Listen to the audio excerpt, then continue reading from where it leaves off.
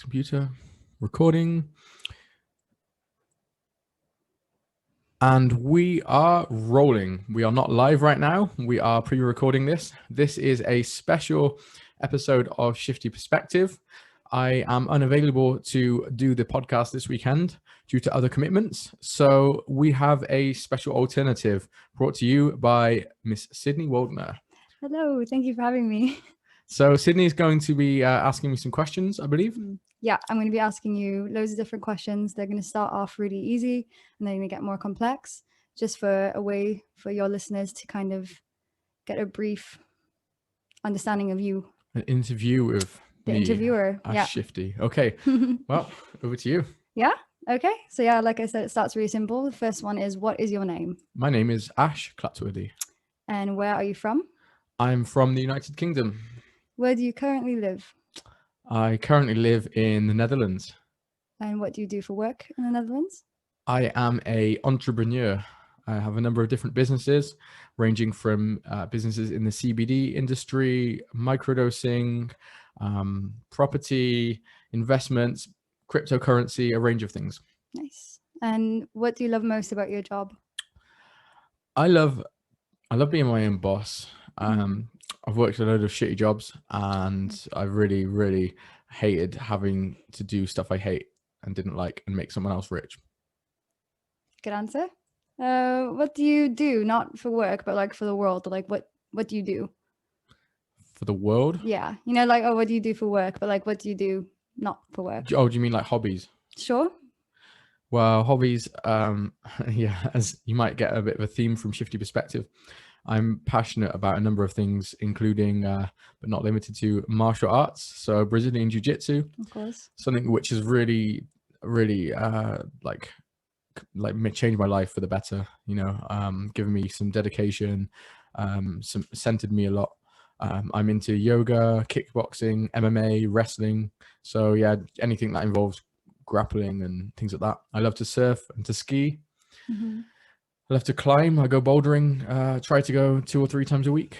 Yeah, that's my main. Those are my main hobbies, and of course, spending time with my dog. Like I'm an animal freak. I absolutely love animals. My dog Odin, particularly, he is the best in the world.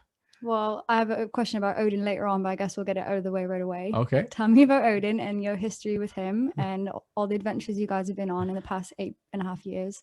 Just your from the first day you met him to today. Tell me about Odin.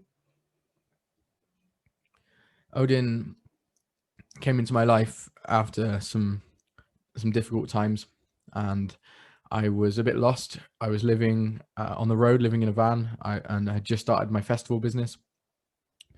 A friend of mine in Spain contacted me. I was working in Portugal, and a friend of mine in Spain contacted me and said to me that she just found a dog abandoned in the river, and that a number of dogs had been abandoned there and they died, but this one had survived.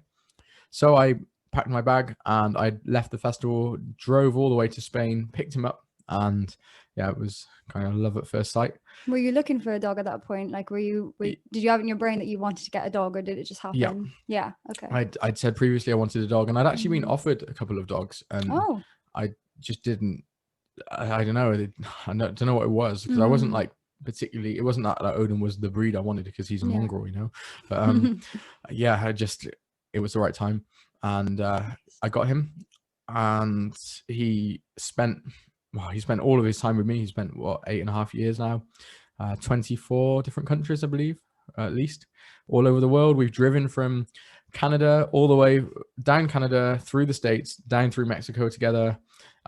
We've experienced so many. He's seen me at my highest and at my lowest. When he was about a year old, somebody stood on him. We were at a Technivore, a French tech, and somebody stood on him, and maybe he wasn't even a year, 8 months old, and he broke his leg really badly. A guy stood on him. We didn't realize it was broken, and basically I took him to the vets a bit later because he was like limping and stuff, and they said it was broke, but it would heal. It didn't ever heal correctly. And then one day he saw my friend, got excited, jumped up and put his weight onto the wrong leg, and it snapped. And yeah, he broke his leg so badly that they said the best thing was for it to get amputated. So that is now he's a badass tripod with 3 legs and, you know, runs fast, hops around, and yeah, he's still going strong. Took him to the vets last week for his for a checkup, and they said, yeah, he's healthy. He still seems young. You know, he runs, he climbs, not like rock climbing, obviously. Like, you know, climbs up when we go hiking, climbs up he was mountains. climbing up some rocks in Portugal the other week. True, yeah. He was going up just as fast as I was going up some rocks. Yeah, that's true. Yeah. So hopefully he's got a bunch of life left in him. Yeah. Yeah. So how is having Odin and being such a dedicated, like, dad to him, how has that changed your life? Because your life would not be the same if you didn't have him, honestly. No, it's given me a sense of responsibility that I can only assume having a human baby would have as well, but you know, more responsibility. Yeah. The only difference is with a human and a dog is a dog never grows up. It's always a baby. So my life changed because like everything I do, I have to think like, oh, if I want to go to this party, can I take dogs? If I want to go to this place or this country, can I bring him? Can I fly here? If I don't, you know, I can't go away for long because I don't, you know, I don't want to leave him for long and he has attachment issues. He's got really bad separation anxiety from being with you like 24 hours a day, 7 days a week, his whole life. So yeah, that is something he definitely suffers with, and you can see it. So every time we go to a bar, we always have to call them up first and be like, hey, can we bring our dog? Yeah. And see what they say. But so you visited how many countries with him? 24 countries. 24 countries. How many countries have you visited alone? Oh, holy shit. Do you even have a number? No idea. I could probably work it out, but I wouldn't waste time with podcast viewers right now. Yeah. So what was the first and last country you visited? The first country I visited was Australia. So with your nan? Yeah. So I'd never visited anywhere abroad. Never went on holiday with my family. You know, we just couldn't afford it really. We'd holiday in Wales or in Devon and stuff in caravans. But my nan had a divorce, and when she got divorced, she first of all she went off backpacking herself around India, which was really fucking cool. And then when she came back, she surprised me and took me out of school for a month and took me to Australia, where I got to experience all of Australia's crazy wilderness. Amazing. How old were you, did you say? Young. Young. Like how young do you think? Like 8, I think. Wow. You pulled out of school for a month as an 8-year-old to go with your nan to Australia. Quite cool spot, yeah. Really cool. And what about the last country you've been to? Well, the last country I've been to is Portugal, which is a beautiful country. I love it. I've spent a lot of time there. Many months in Portugal in total in my life, where I've been surfing, working, training jiu-jitsu, climbing, looking at properties to set up the project that I'm looking at doing. Yeah, it's been great. Great. And what country or countries do you think are your favorite? If you can pick one, but if you can't, say which ones are your favorite. I've got quite a few for different reasons. Yeah, name them. Talk about them. I love Mexico. Viva Mexico.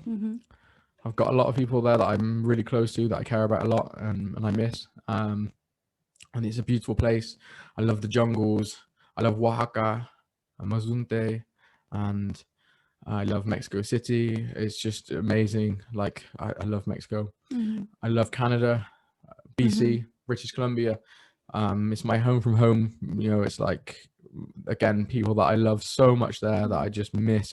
Like every day I think about. I really miss them a lot, and for the nature, it's just stunning. And then I love Portugal for aspects of it. I love Morocco. I've been there many times, and it's beautiful. I love the Moroccan people. You spent a lot of time in Morocco, right? You've been back and forth a lot over the years. So many times to Morocco.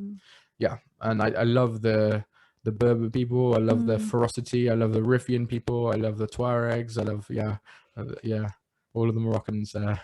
Respect my Moroccan brethren. You know. Nice. Where do you see yourself in the next 5 years? Kind of a big question because it's hard to say, but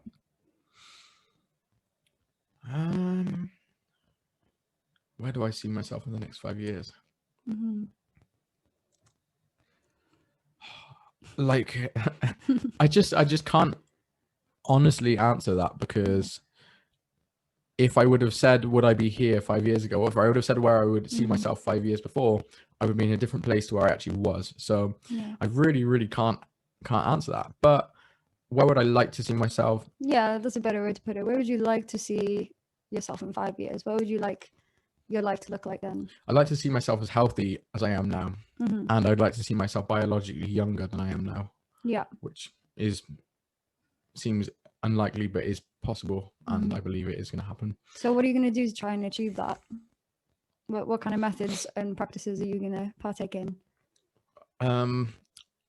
NAD, lots and lots of NAD. I've had Dr. Nicola Conlon on the podcast previously speaking about that. I take NAD daily, but I would look at getting intravenous NAD fusion therapy at some point, possibly stem cell treatment. There's various other treatments and supplements that I take, and the main thing is keeping up an active lifestyle, keeping up my healthy living, not sliding back into eating carbs and junk food and drinking every day, although I'm drinking a whiskey now.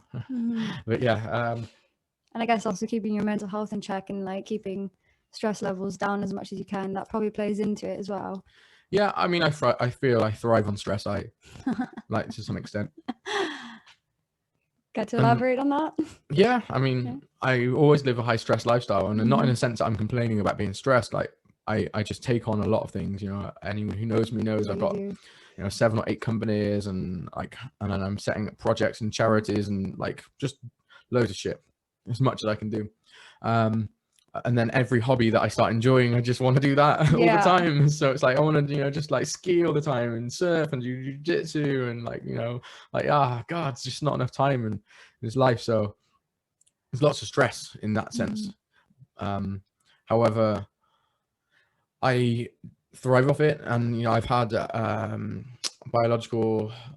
had tests with seeing my biological markers, and one of the things that came up, I can't remember off the top of my head what it was, but when the functional medicine doctor analyzed all of my blood work and my hormones, they discovered that one of the things I have is that I have elevated levels of dopamine and certain other neurotransmitters, and my body is actually in an optimized when it's in a slightly stressed state.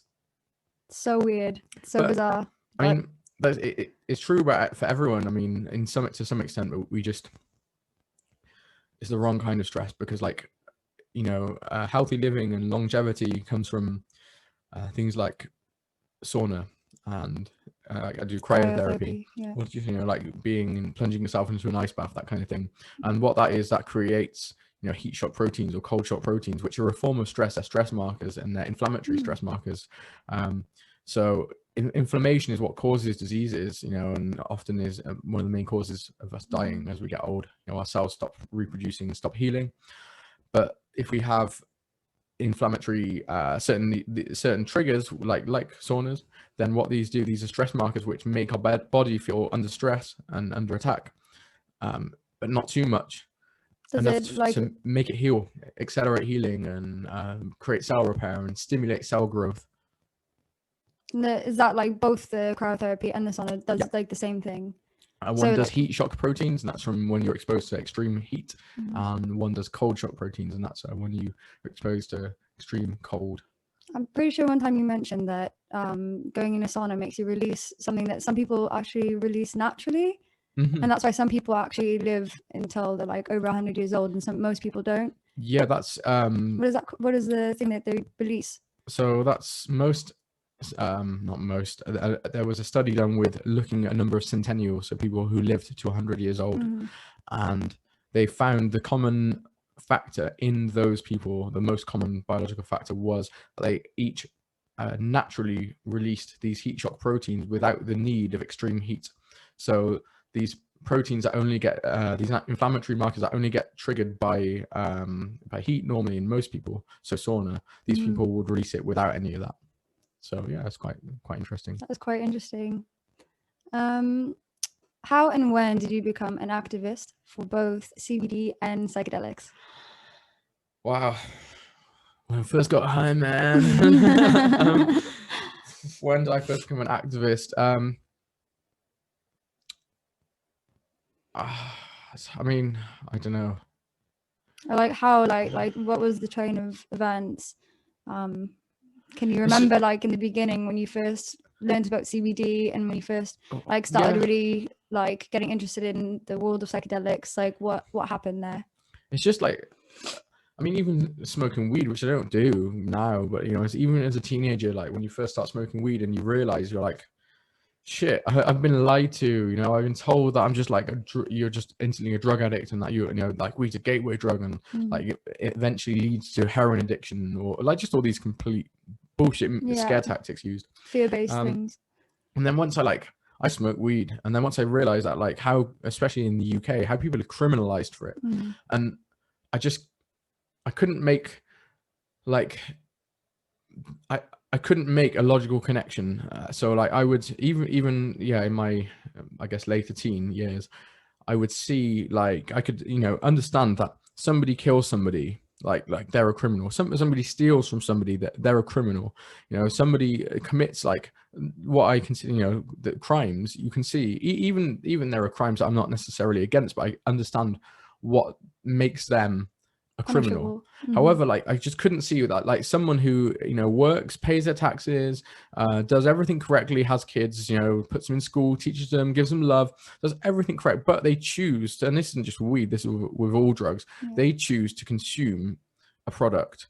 And of course there's the argument like about, you know, cocaine and the supporting of criminal enterprises, so therefore the person buying it is a criminal. However, the fact is there's only criminal enterprises there in the first place because it's illegal. Drug, so if it wasn't illegal, they wouldn't be criminal enterprises, so therefore those people wouldn't be criminals. And if they weren't buying from drug dealers who are only selling it illegally because it's illegal, then they wouldn't be criminals. So there's just, to me, that there's no logical argument about criminalizing users. So that was absurd to me. And when I would meet people who had been to prison or who had been super smart, you know, like interesting, passionate, lovely people, whose lives have been ruined because they chose to take drugs, or they chose to grow weed, or even sell weed. I was like, this is fucked. This is just ridiculous. So yeah, I started then in my pursuit of activism and seeing what I could do. Great, that's great. And now you work in the CBD and the psychedelic industry, and now you've made an actual life out of it. Now you're actually going forward and helping other people see where, like, your perspective on it. Yeah. And so, now it's like I don't have to operate in the shadows. I'm doing everything. You know, thankfully I'm in the Netherlands where it's a very place. progressive country where I can, like, I mean, that might be changing sadly. However, like in the moment, it's so progressive, you know, like people have been microdosing for years, for decades. People have been, you know, smoking weed and doing psychedelics for thousands of years. Like, you know, there's not genetic, there's actual records, traces of cannabis inside of biblical sites and around ceremonies. They found this in the past, you know, year. They found like they've managed to like actually prove genetically with DNA that it's still there. And there's also proof of psychedelics being used in rituals and ceremonies for thousands of years.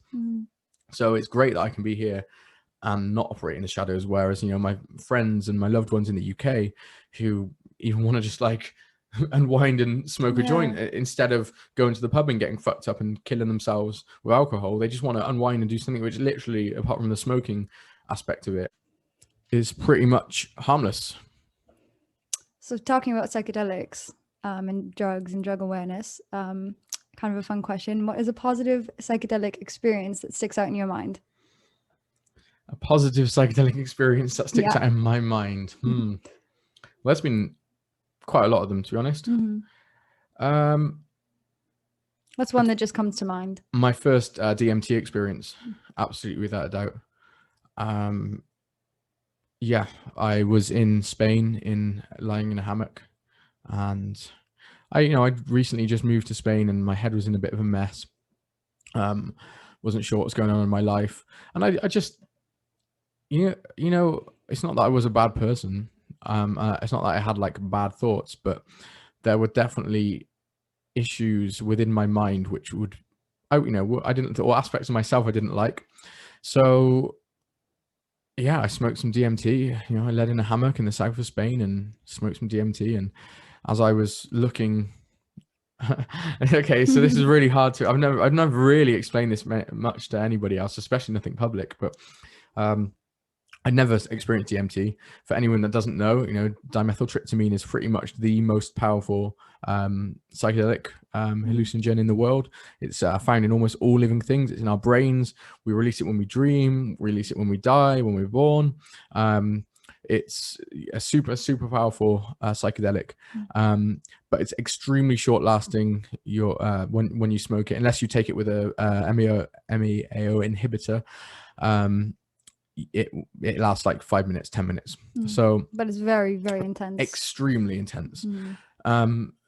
And it's not like any drug you can imagine. You know, there's no like no comparison. There's no possible way of doing it recreationally, like, because you just lose yourself. Like there's ego death, they call it, which it's hard to explain to anybody, like not being patronizing, you know, just like unless you experience it, it's insane. It's very hard to describe. Unlike you know, LSD or mushrooms, you can kind of like pinpoint certain symptoms and stuff, and you can you know, like sometimes you can smoke DMT and you cannot even recall what happened because it's just so intense that your brain just it's very, very hard to explain it or categorize it. I just remember lying in this hammock, and I smoked and I inhaled and I wanted to cough, but I was told to not cough, so I held it in. And then as I breathed out, I was looking down, and I looked at the grass, and I could see all of the blades of grass, and my vision started focusing on the blades of grass. And then I started zooming in, and instead of looking out my eyes and seeing the periphery, I just saw out of everything as if I was just everything. And I zoomed into the grass, and I could see like creatures on the grass. And as this was happening, it got closer and closer until the grass, the blade of grass that I was looking at started to, I zoomed into it on a microscopic level, and I could see like these strands, like the hair in the grass. And then as I zoomed in even further, like I couldn't see anything else around me. It just, eventually it was just, what I saw were the atoms shooting around the structure of the grass. Essentially, I just saw it in its base element. I mean, that's the simplest way of describing that trip, but it was far more complex really than that, and it went on a lot longer than it seemed, even though I had no concept of time really. Because when you smoke DMT, you kind of just like lose like all your grounding and all your like human emotions and I time was no and more. everything. You I was just in the ether, and whilst I was in this, I was seeing like just this multi-dimensional patterns and everything else around me. And I can't, it's not that I had direct thoughts that I can remember, but it was as I came around, I had like answers, you know, like I'd addressed problems in that time, in that 5 minutes. Suddenly it was like I'd spent hours, you know, going through therapy, and literally like without even thinking about the things. I mean, the closest thing to it now is like meditation or jujitsu. Like jujitsu, you know, I can go in a bad mood and be angry about something at jujitsu, and then I go rolling and I'm in a flow state. And then when I come out, my subconscious has dealt with all of these problems, and I've actually, without even really thinking about it, I have the solutions. And, you know, I've obviously gone through some kind of thought process in my subconscious. DMT is like that, but times 1,000. So, yeah. Beautiful. Was that maybe in the beginning of your like first experiences with psychedelics, or had you had a lot of previous experience before trying DMT for the first time? I'd tried magic mushrooms a couple of times for fun, you know, nothing really. I mean, I had some profound experiences, but it was just, you know, with your mates giggling, eating mushrooms in the woods. When you're younger and you're like trying psychedelics, it's a lot different. Yeah. You don't have as much things to think about, and that's why like I feel like as you get older, like it's a lot more it's a lot difficult. It can be way more profound, but it also can be a lot more scary because you know, when you're younger, you don't have the pressure and stress of all of these things that are weighing on your subconscious, you know, and you don't yet have the capacity either. No. Yeah, your brain's not fully developed. Brain's not fully developed. You have less experience behind you. You have less things to think about. You know? I tried acid, like LSD, just before. In fact, just before doing the DMT, I'd experienced acid. But not loads. I mean, for someone that is a huge proponent of psychedelics and tries to like encourage the legalization and the use of psychedelics as a form of therapy and medicine, and as a ceremonial way of like dealing with issues and being introspective, I haven't used psychedelics nearly as much as most people would think that I have. I've never been like a weekend tripper and stuff. I'm never like just like, it's been special to me. I have pushed it and had bad trips where I've been stupid and taken too much of a psychedelic, but really I've been very, very careful with these, because they're extremely powerful compounds, so you have to be.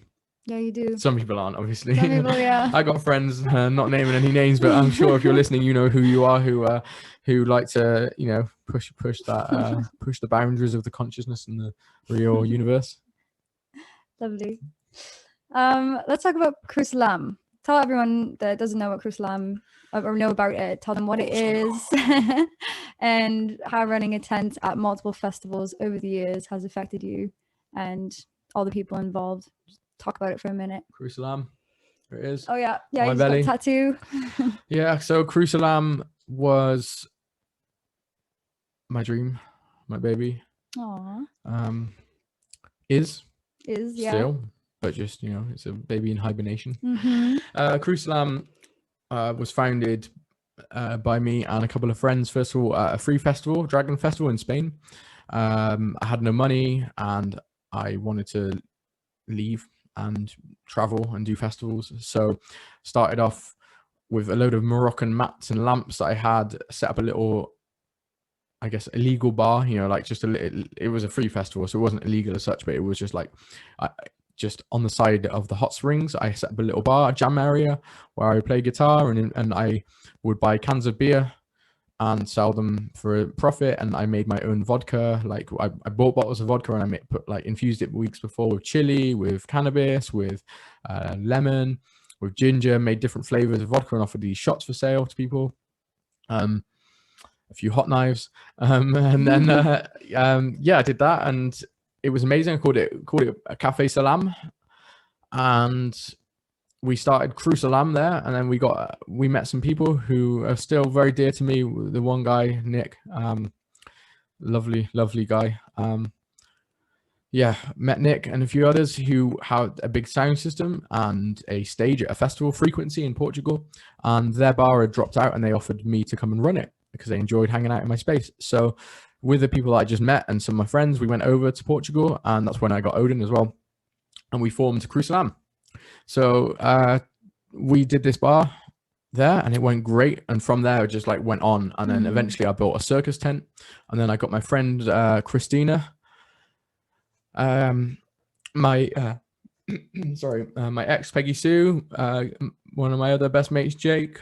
There's a big group of us, Ali, like basically a big crew who started doing the festivals, and then that just grew, and we would our friends Dean and Danny would come along, Chris came like part of it, like just like so many people. I'm not gonna, sorry if you're listening and you want me to shout your name out, but there's just like so many people that are so special. And we would go to festivals, we'd have a stage, we got a custom built pizza oven made for us. We would scavenge wood and pallets from nearby areas and build like props and stages and make it this whole thing. I booked bands in, and it was a fucking amazing experience. We were the best stage at every single festival that we ever did, hands down. I mean, it's just a fact, like, I mean, it's not debatable. It's not. We rocked it. Awesome. How long did that go on for? When did it start? When was the last festival? 5 years, I think it went on for. 5 years. Every summer, every year. Every summer, yeah. We did festivals in Portugal, Spain, UK. France, UK, Netherlands, Langevel, Rauchord was one of the first ones did actually. So how many festivals did you do then? Do you know how many? Oh, I can't. Yeah, it's just a lot. A lot of festivals. Yeah. Nice. It's stressful, because it was like not making money. We're just because it just costs money, and every time you get a bit, like you reinvest it to buy more equipment. And you know, anyone who's involved in the events industry knows that. Like unless you're like Live Nation and you're just like churning out tickets and making like millions, like it's a struggle, you know. You're doing it because you love it, not because you're trying to make money. I fucking love it. You know, it's getting off your tits in a field with your mates, listening to music, rocking on the stage, jumping around, watching fire shows and circus performers, and seeing people come together, and just like unity for that weekend, and like the connections that are built. It's just magical, you know. It's like so primal as well, you know. It's like a throwback to what I can imagine, you know, it could have been when two villages met 1,000 years ago, you know, and had a big summer feast together. Oh, that's an interesting perspective on it. Nice. Next, I would like you to rap one specific bar that means a lot to you, and then explain why it means so much to you. Wow. Take a minute to think about it. Just like don't think too much about it, but just think about, you know, specific bars that mean a lot to you and have for a long time, and pick one out of the many, rap it, and then say why you love it so much. For anyone listening that doesn't know, Ash is obsessed with UK hip hop. Fuck, I was not expecting this. This is a difficult question. Because like now you put me in a spot, I want to like do something like really fast and really cool, but something that actually means something that's meaningful to you. Let me just check on my my list of bars. What, do you have a list of bars that like specific bars that you? I've just got like hundreds and hundreds that I've written. Oh, this bar could be one that you wrote, or it could be one written by someone else. It could be any bar. Oh, if I'm going to rap it, it's got to be my own. It's got to be your own. Yeah, it has to be. Fair play. I guess it's probably the lyrics. Okay, I'll try and rap this. This is for one of my songs. Just means a lot for my personal opinions, I guess. Yeah, I'm feeling lost globally. Feed me to the ocean, spread the words that I'm nobody. Nobly, I face the music, but they're groping me, grasping at my neck. I can't defend myself vocally, not home but free.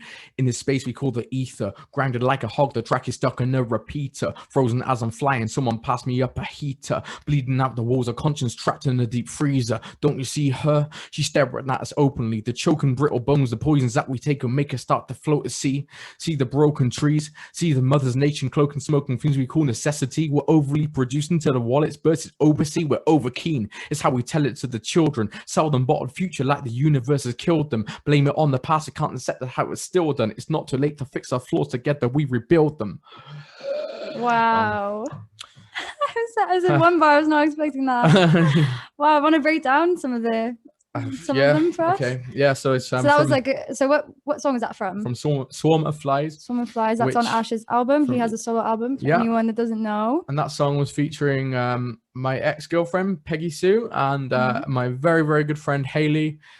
Someone who I miss and I miss a lot. And yeah, that song just like I wrote that at the time of when it was really the peak of the migrant crisis of when the Syrian war was just kicking off, and we were just seeing such hate in the news about these people that were just like leaving their homes that had been destroyed and just looking for somewhere. And it got me really thinking about how the media kind of portray the people at the bottom as the enemies when it's the people at the top that are often the ones causing the problem, and how all of these things, what we're blaming these people for these things when we're just like we're stuck in a loop, and we're just destroying everything around us whilst we're blaming everybody else instead of like looking to ourselves and realizing like fuck, like we need to come together and do stuff rather than turn against other people, create more divide.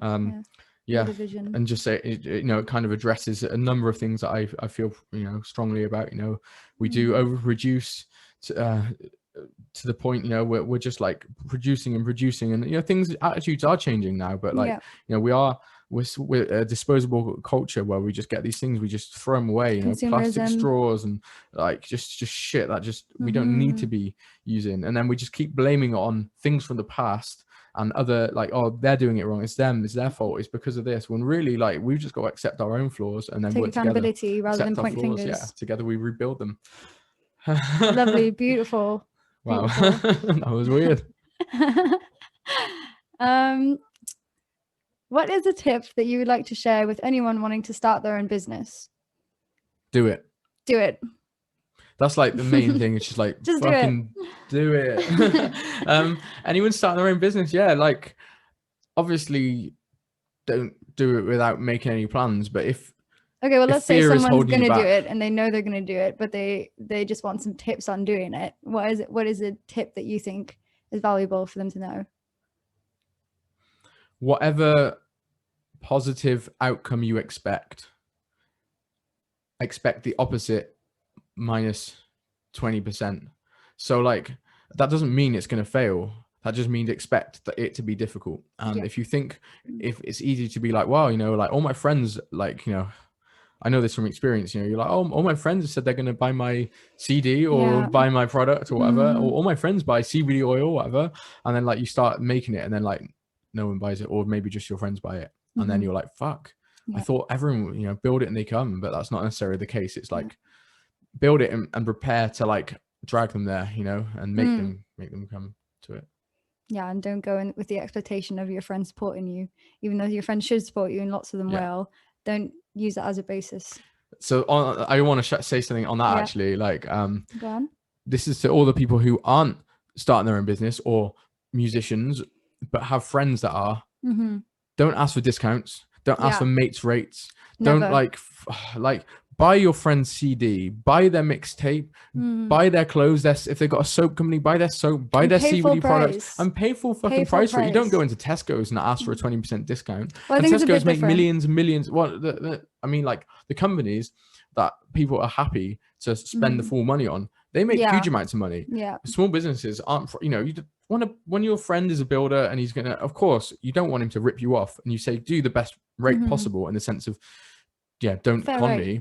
But like, you don't expect, would you do whatever you do for a living and do it for free? Well, the answer is no. Like, you know, so just try and help and support people if you can afford to. Well, what I mean that like what I mean when I say that it's different is like if your friend is working at Tesco's and they offer you a discount, it's not bad to take that discount. But if they're like an artist, that's what I was saying. Like asking Tesco for a discount. You wouldn't go to Tesco's and be like, oh, can I get like 20% off, mate? Yeah. But if you've got a friend that, you know, does art or gives a service, always pay full price. Support art, support small businesses, support your friends. So important. Yeah, it's a really good message. Have to wrap this up soon. Yeah, how many more questions can I ask you? Two more. When someone uses the word magic, what comes to mind? Wow, what comes to mind with the word? That's quite a good question. When someone uses the word magic, the instant thing that comes to mind is a magician pulling a rabbit out of a hat, I think, you know, or like someone like David Blaine doing some, what are they called? Like a mentalist, you know? That's the first thing that comes to mind, really. I mean, if I think about it, really, I would say like esoteric practices, paganism, Wicca, also what comes to mind often is con artists. If I think about analyzing magic, I think of people like either fooling themselves or fooling other people. So like that's what you think of when other people use or when you hear the word magic. But how do you use the word magic? What do you consider magic? Something special. Something special. I'd say like a special moment, you know, like that's magic. Something that can't be recreated. Like a moment that is unique and unplanned is often magic, which I guess explains like magic, because it's, you know, magic from a wizard is something that you can't explain. So, yeah. Okay, so one more question. Okay.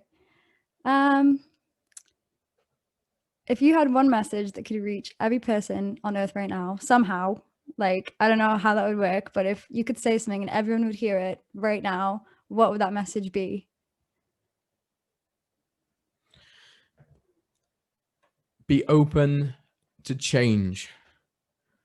Open your mind and just be willing to change. Everybody has a different perspective, and there is not a right and wrong perspective. I've spent most of my life fixed being one way.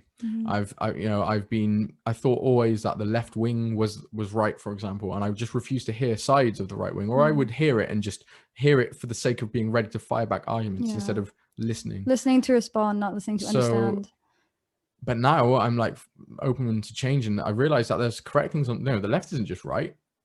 Obviously, I don't believe the right is just right. I believe that there were right things on most, not every, but most sides of the spectrum. So I think that's the most important thing for us to change, come together, is to be open to change and expand perspectives.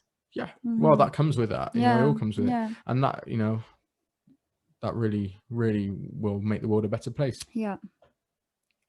Thank you very much. Good answer. I have one more thing to say to end it. I thought an interesting thing to do, instead of me asking you a question to end it off with, is that you would ask a question to anyone listening, and then answer the question first. Like, ask the question, answer it, and then anyone that's listening that would like to answer, they can comment or reach out to you with the answer, and you can just share perspectives on one question.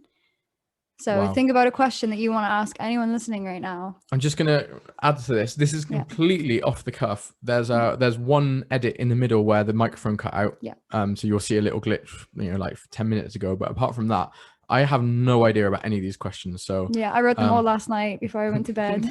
I didn't MC any of them. So the question is, what would I? Okay. Yeah. And you have to answer it as well, just to kind of create discussion and interaction with. Should I not answer it though? Shouldn't it be better to see, so I don't give a bias? You could ask the question, and then the next podcast you could take some really interesting ones maybe, and then answer it yourself if you want. Answer it in the next one. Yeah. Maybe I could open the next one with an answer, if that's okay. Yeah, yeah. Not the next podcast, but the next time we do this, if we do another. Yeah, if you guys like it, let us know, because I literally only read out like a third of the questions I have. Yeah. Okay, so my question is, what one thing really makes you the happiest in life? That's what one thing really makes you the happiest. If you can choose one thing. Doesn't mean you've got to get rid of everything else, but just what is the thing you'd say that makes you the happiest in life? It's a big question. Thank you so much for tuning in. Thank you if you listen to the end. This has been very, very exciting and interesting. I've really enjoyed this. Nice. Me too. We will have, we'll be back. This is a fill-in for not doing an episode, but we'll be back. So thank you, and keep tuning in and supporting Shifty Perspective. I love you guys.